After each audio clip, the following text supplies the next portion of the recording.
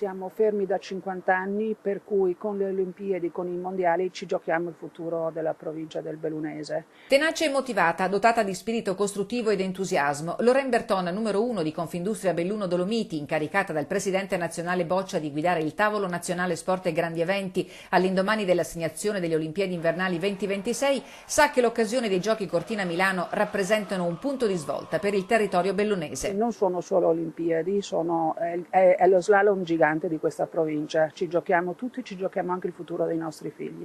Dal tavolo delle infrastrutture che la scorsa settimana a Sedico ha riunito tutte le categorie economiche della provincia è uscito un documento unitario consegnato alla Regione che lancia un messaggio chiaro e forte. Servono collegamenti veloci, una mobilità efficiente ma sostenibile, una connettività al passo coi tempi. Il prolungamento dell'A27, un'opera non più rinviabile. A prescindere dalle scelte che verranno fatte, oramai questa è una strada, noi la chiamiamo strada necessaria, non solo per andare fuori dall'Italia, ma soprattutto per poter permettere alle aziende di rimanere qui. Ricordiamoci che nella provincia di Belluno ci sono alcune delle aziende più importanti, non a livello nazionale, a livello internazionale. A stretto giro di posta non è mancata, e c'era ad aspettarselo, la levata di scudi degli ambientalisti. Io invito gli ambientalisti a venire nelle nostre aziende, perché in realtà gli imprenditori sono i primi ambientalisti ed assolutamente questo territorio lo rispettano, e chi più delle persone che vivono nel territorio lo amano e lo vogliono eco green, come oggi si dice. Per cui noi siamo tranquilli, siamo